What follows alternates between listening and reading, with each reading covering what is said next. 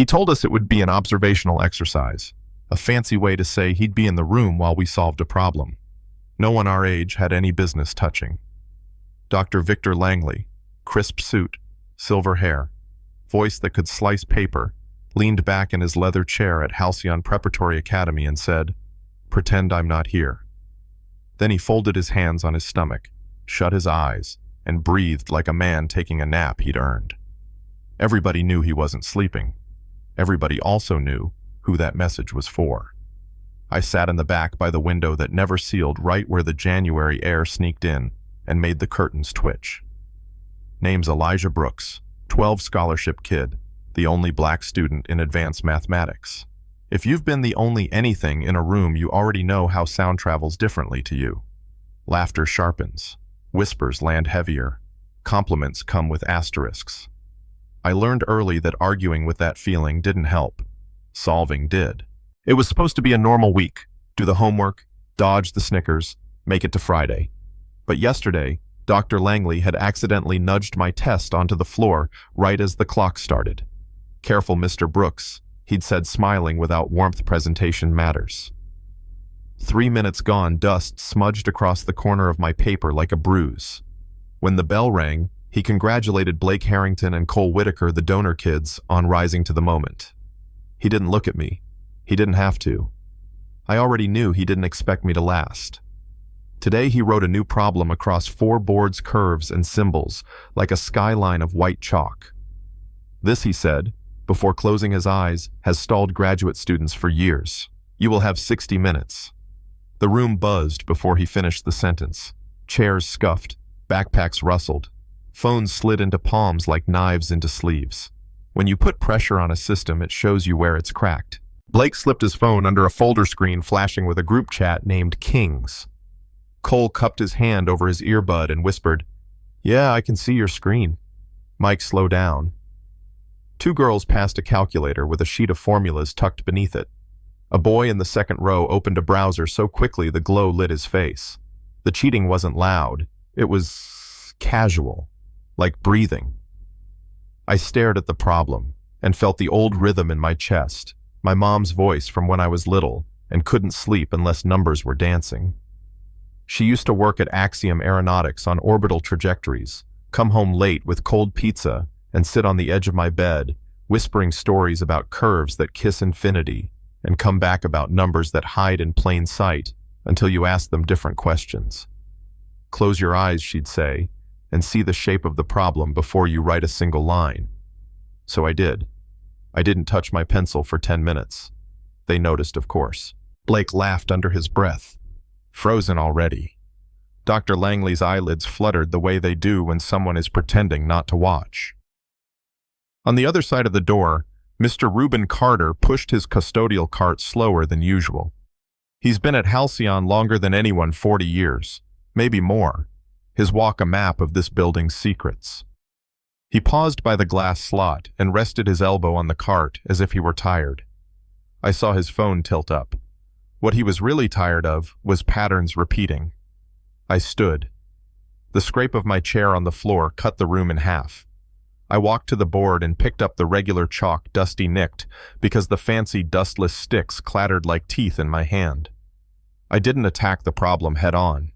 I built scaffolding around it, a change of variables here, a topological bridge there, a simpler lemma that made the monster shrink. I drew what Mom calls a runway smooth enough for heavy things to land. Cole's whisper died. The 2 girls stopped passing notes. Blake set his phone face down and watched. The chalk moved. I was careful, steady, not dramatic. The first panel turned into 2, then 3. I erased 3 lines, rewrote them tighter. It felt like opening a stubborn window without breaking the latch. A student near the front, eyes wide, whispered, Is he actually doing it?" It wasn't a big statement, just the kind you make when your world tilts an inch and suddenly your feet don't feel like they belong to you. Behind closed eyelids, Dr. Langley's fingers curled on the armrests. I connected 2 pieces of the argument with a line that looked almost too simple. One of those moves that makes you mad because you didn't think of it even though it was there. The room inhaled and forgot how to exhale. I wrote a small note in the corner credit where it's due because I believe in receipts, inspired by Brooks N.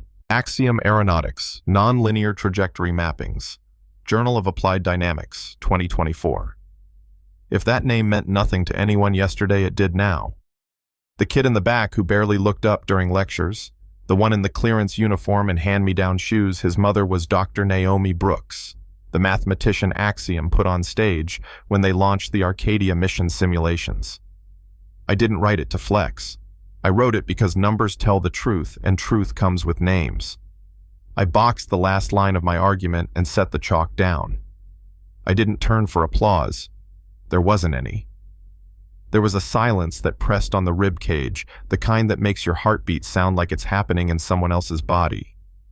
I walked back to my seat, took out a library copy of Topology for the Curious, and flipped to the dog-eared page. Brooks. Dr. Langley's voice ricocheted off the walls. His eyes were open now, wide bloodshot. Return to the front. Now.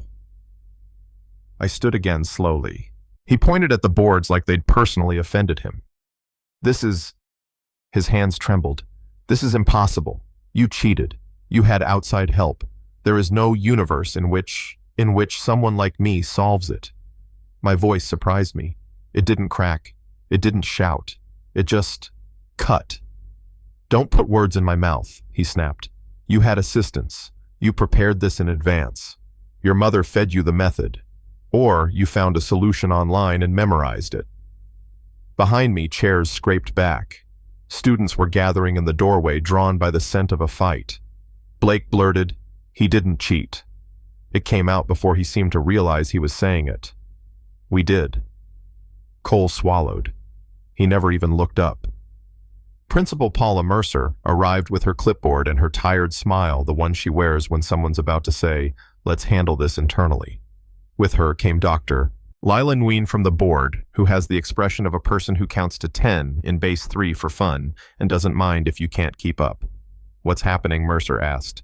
"Academic fraud," Dr. Langley said too quickly. "Staged brilliance."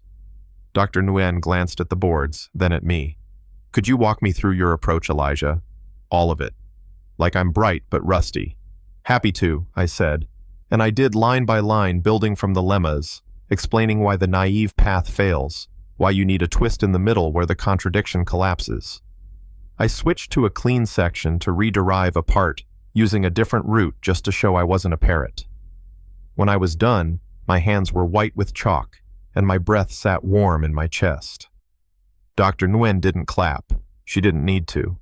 She looked at Langley and said, "Can you demonstrate your chosen approach?" "Victor, the one you expected students to attempt. Silence is never neutral." This silence belonged to someone who didn't have the thing he claimed to own. He picked up a marker.